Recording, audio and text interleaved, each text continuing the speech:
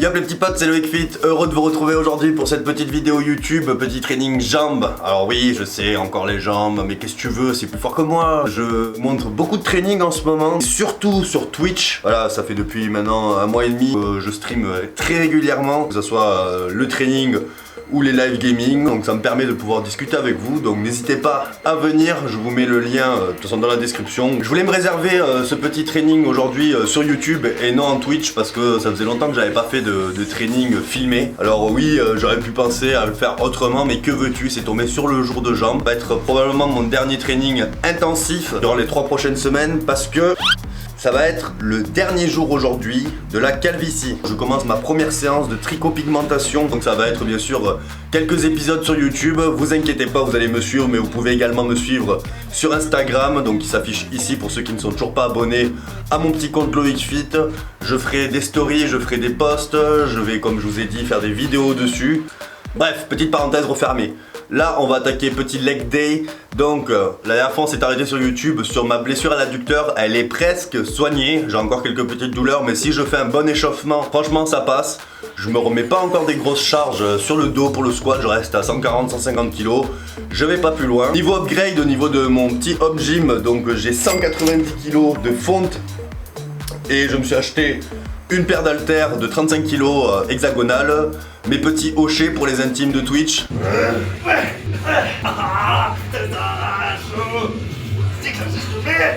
Donc au menu, on va faire du squat pour changer, du soulevé de boudin, du leg extension, petit souvenir avec mon petit pote Thomas où on a fait nos 2000 reps challenge leg extension. Du terre tendu, voilà, ça ira très bien pour cette séance là. Pour le squat, je vais mettre les bandes pour un petit peu soulager mes adducteurs et afin de grind quelques reps de plus par série. On va commencer par un petit échauffement. Là, petit échauffement type branlo, j'ai le leg extension autant que je m'en serve. Bien sûr, je vais le refaire derrière en exercice effectif.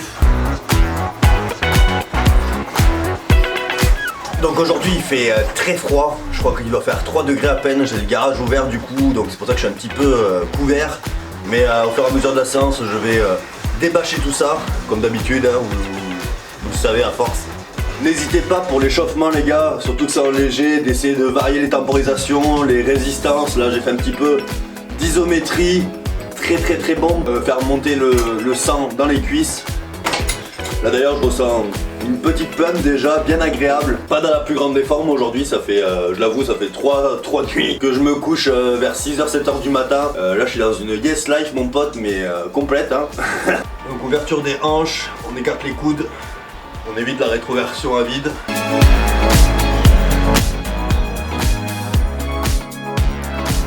Mobilité du mollet afin de pouvoir bien avancer les genoux lors du squat. Oui, les genoux dépassent la pointe des pieds au squat si vous voulez faire un vrai squat.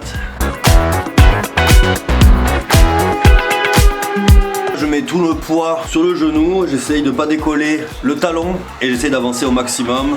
Je reviens et je ravance comme un caoutchouc. À chaque fois que je ravance, je peux aller un peu plus loin. Je gagne quelques millimètres à chaque fois.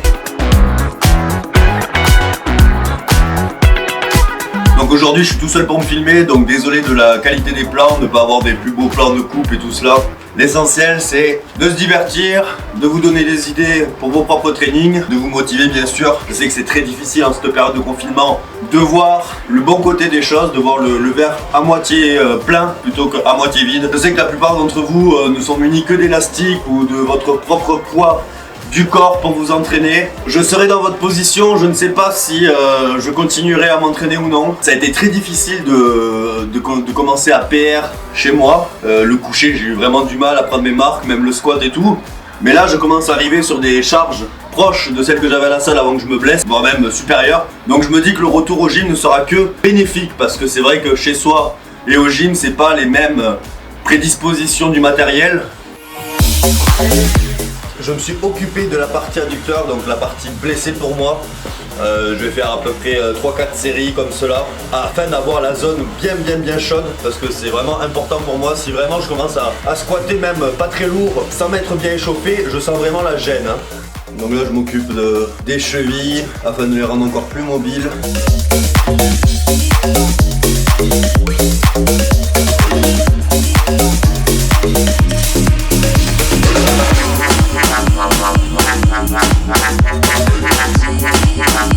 c'est les nouveaux disques que j'ai achetés, c'est des 25 kilos. Je pense que je vais me reprendre une autre paire. Je t'avouerai qu'au moins t'en mets deux, t'es déjà à 110. Beaucoup plus pratique que de mettre plusieurs poids d'affilée. Et en termes d'ergonomie de la barre, bon, ben, c'est indéniable. Hein. Moins tu as de volume, moins tu as de stack de poids, plus ta barre est ergonomique et tu peux perfer davantage. Ça sert à rien d'avoir des petits poids de 5 kilos tout le long de la barre. Ça va te donner une stabilité à rajouter en plus sur ta barre. Donc en termes de perf, c'est pas fou. Et ça, c'est mes nouveaux bébés, les Hochets. Les Hochets du Bougre. Donc là c'est 35 kilos. Et je pense que le mois prochain je vais faire péter les 45. Une paire de 35 ça m'a coûté 210. C'est très très cher les haltères. Très très très cher. Donc, tout ce qui est avant-bras c'est très très important. Surtout dans la tenue de la barre que j'ai. Si t'as plus mal aux avant-bras qu'aux quadriceps lors de ton exercice, ça peut être emmerdant quoi. J'ai la flemme de changer la caméra de place parce que je perds un temps fou à la changer. Et je veux quand même rester dans une dynamique de l'entraînement. Sachez juste une chose les gars. Lorsque quelqu'un fait un live ou fait une vidéo YouTube, d'autant plus lorsqu'il se filme solo, il ne pourra jamais avoir l'intensité qu'il a lorsqu'il est tout seul ou lorsqu'il est hors caméra. C'est à prendre en compte, donc j'essaye de donner le max que je puisse bien sûr. Là je continue, petit travail de mobilité de l'avant-bras. Je sais que c'est pas le meilleur des plans pour filmer ça. Vous voyez souvent les haltérophiles le faire, hein. C'est ultra pratique lors du front squat mais aussi lors du back squat.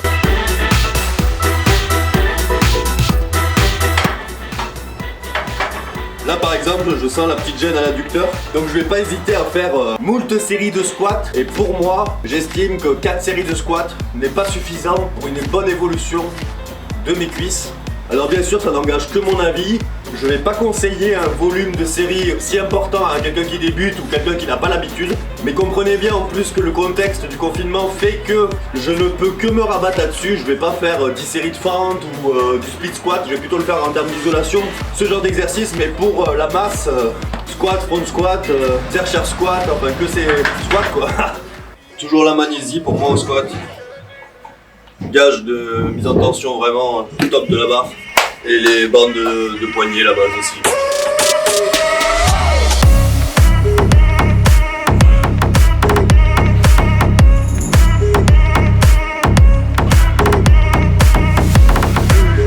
Je vais continuer en high bar encore. Sur le build-up, c'est-à-dire jusqu'à que je monte à ma charge de travail, je vais faire entre 4 et 6 reps, cadencés. Ça sert à rien de se mettre à la rue d'entrée, enfin dans ma façon de voir le squat, étant donné que c'est juste pour chauffer la mécanique. C'est toujours des reps et des séries à grappiller bien sûr, mais c'est plus dans l'objectif de travailler sa mécanique afin d'être le plus efficient possible sur ces séries de travail. Pour ma part, d'autres personnes peuvent y arriver, mais je vais être meilleur sur mon squat lorsque je suis sur la 3e, 4e, 5e série que ma première.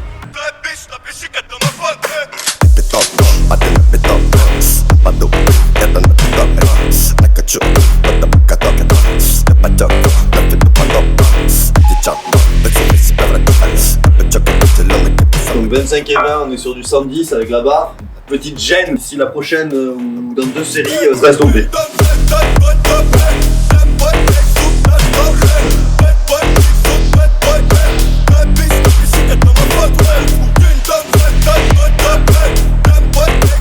La forme de mon squat que j'inflige à mes cuisses est tellement éprouvante que je m'octroie le droit de faire intervenir les bandes de genoux. Ces dernières me permettent de grappiller quelques reps de plus et d'avoir une série type cadencée qui est pour moi primordiale et un facteur décisif sur l'évolution de mes cuisses. Comparé à un squat plus traditionnel avec une flexion moindre et l'intervention du dos qui aide dans le mouvement, c'est donc pour cela que je me permets d'utiliser les bandes.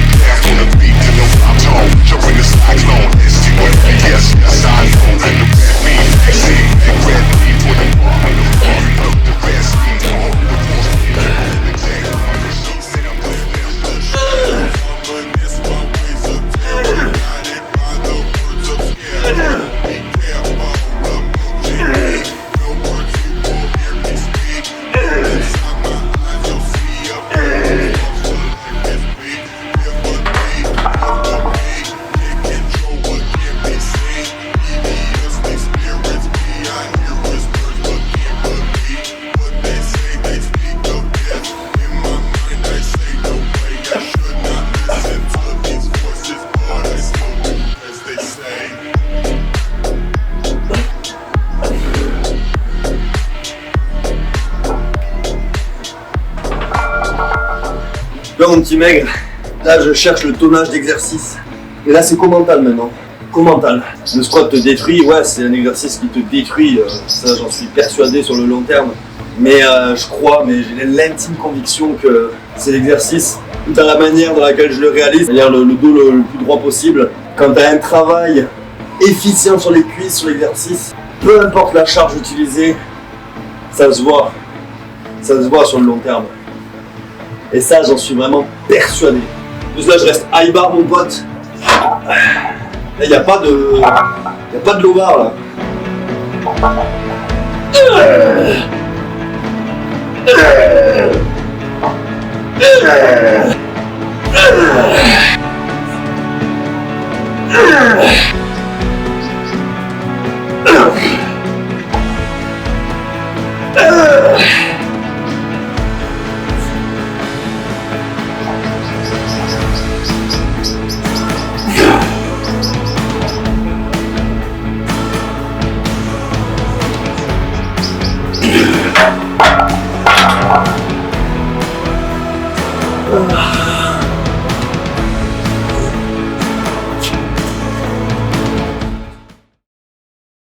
Clairement aujourd'hui c'est un training sans, c'est un jour sans. L'essentiel pour le corps c'est d'aller toujours à donf entre guillemets, toujours aller au bout et ne pas se soucier forcément de la perf parce que les go muscu sont trop cantonnés sur la surcharge progressive. Tu vois par exemple sur ce type de training là, qu'est-ce que tu veux faire une surcharge progressive, tu vois, à la limite juste sur ta première série où tu as le plus de force, tu peux à la limite essayer de quantifier, mais si c'est un jour 100, tu feras forcément moins que la séance qui a précédé. Logiquement, quand tu as ce genre de raisonnement, la personne, le pratiquant qui va échouer lors de son initiative pour essayer de faire une surcharge progressive sur la séance présente, il va être démotivé et ne va pas se donner à fond derrière, voire même complètement arrêter sa séance. Alors que justement c'est à ce moment là qu'il faudrait donner le maximum possible, de se la donner, voilà, peu importe la charge. Tu n'arrives pas à 150 kg, tu n'arrives pas à 90 kg, tu baisses, tu augmentes ton volume de reps, tu augmentes ta temporisation, tu varies tes résistances, et le gars qui va essayer de, quoi qu'il en soit, même sur un jour 100, se la donner à fond, c'est lui qui progressera, c'est lui qui gagnera du volume, c'est lui qui changera physiquement plus vite que les autres. Désolé pour le rototo. Et j'en ai marre de voir toujours ces concours de kékettes là sur Instagram, sur les réseaux. Les powerlifters sont la définition même du non-volume. Un powerlifter, il te fait une perf à 250 pour 70 kg de poids de corps. Et ben c'est pas lui qui a les plus grosses cuisses, tu vois ce que je veux dire. C'est le mec qui va arriver à faire un gros tonnage, c'est le mec qui va arriver à se la donner, c'est le mec qui va vider complètement. C'est ça la vraie muscu. Le mec qui va je sais pas, moi c'est le squat que j'aime bien et que j'aime bien me la donner comme ça. Les entraînements où je fais 6 à 10, 11 séries de squat, même si je perds pas traditionnellement comme je peux voir sur les réseaux, je sais que c'est grâce à ce type de training là que j'ai les cuisses que j'ai actuellement. Alors oui certes, vous allez dire oui mais le dopage ici, mes cuisses je les ai eues d'emblée. Là, cette façon là que j'ai eu de travailler, c'est un old school qui me l'a dit, il avait 40 ans, il me disait écoute les cuisses moi j'ai toujours travaillé comme ça. Et c'est vrai que ces cuisses elles étaient fabuleuses. Et pourtant il avait pas une morphologie cuisse de ouf de base. Je pense que dans la muscu, il y a vraiment cette notion de dépassement de soi. C'est-à-dire que peu importe ton état de fatigue, si tu arrives à te dépasser, et se dépasser ça ne veut pas dire dépasser son PR de la semaine qui a précédé. C'est pas ça se dépasser. Se dépasser c'est-à-dire que même si t'es pas bien, eh ben tu vas essayer d'enclencher les reps. Ben si t'arrives pas à X kilos, ben tu vas faire X moins 5 kilos et tu vas faire des reps. Et puis si t'arrives pas à faire 8 reps, ben t'en fais que 6. Tu refais une autre série. T'arrives pas à 1 minute et demie de repos, ben c'est pas grave, tu prends 2 minutes de repos. Et c'est ça être intelligent dans la muscu. Et tant que les go muscu se cantonneront trop sur la perf, sur la surcharge progressive, sur tout ce facteur là, eh ben il y aura de la stagnation. Si vous voulez PR, allez en powerlifting, allez en haltérophilie. Ce sont des sports qui ont les perfs comme preuve d'avancement. Mais c'est pas eux qui ont les plus grosses masses non plus.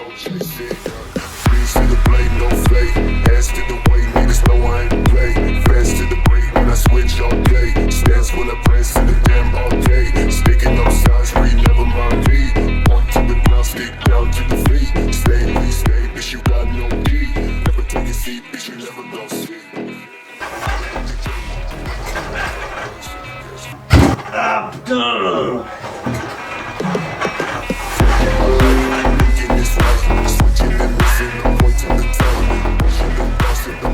Les Go Muscu ne sont pas bien armés en termes de savoir pour répondre aux critères de la surcharge progressive qu'ils s'imposent. Ces derniers se concentrent bien trop sur le quantifiable de leur perf plutôt qu'à améliorer les exos d'assistance qui permettront de grind une nouvelle surcharge progressive.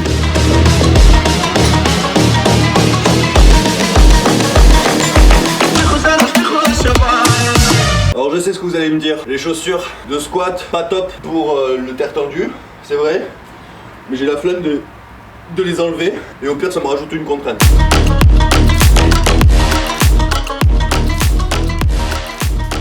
La vidéo est maintenant terminée, désolé je suis encore sous le coup de la dernière série.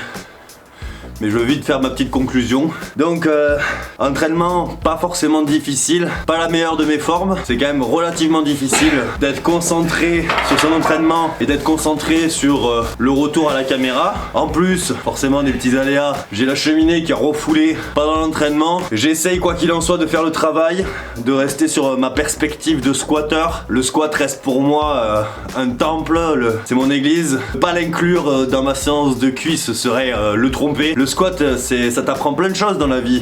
Il y a une seule citation que j'ai envie d'attribuer au squat, c'est lorsque t'es au plus bas dans ta vie, ne compte que sur toi pour te relever. Et c'est l'exemple parfait pour le squat quoi. Ça fait depuis maintenant 8 ans, tant de fidélité et c'est pas prêt de s'arrêter. Donc pour moi le but du jeu c'est pas d'être une étoile filante. Mettre des 200 kg en demi-squat et se péter les genoux plus rapidement que prévu, c'est pas ma tasse de thé. J'essaie de rester dans ma propriété du squat que j'ai en tête. Je peux pas l'imposer à tout le monde, c'est moi qui me le suis imposé de le faire de la sorte, c'est moi qui me suis imposé ce volume de série. Grosso merdo, c'est 1 heure de squat avec derrière 3/4 d'heure d'isolation. Voilà à peu près pour mes séances cuisses. Alors c'est pas la vidéo du siècle, une petite vidéo d'entraînement, j'ai prévu une petite vidéo motivation, je sais pas si je vais la tourner ici parce que c'est-à-dire que le décor est un peu nul à chier. N'oubliez pas de me rejoindre sur Twitch, là je me donne à fond, je parle avec vous, des petits lives, on rigole bien, on parle de choses plus sérieuses. Alors, on n'oublie pas le code Loic10 sur Prozis, les petits cadeaux qui font du bien. Ce mois de décembre, il y a normalement aussi un cadeau qui est rajouté chaque jour, un petit peu comme le calendrier de l'Avent, sauf que c'est le calendrier de Prozis. En plus des cadeaux du code Loic10. Et puis c'est tout.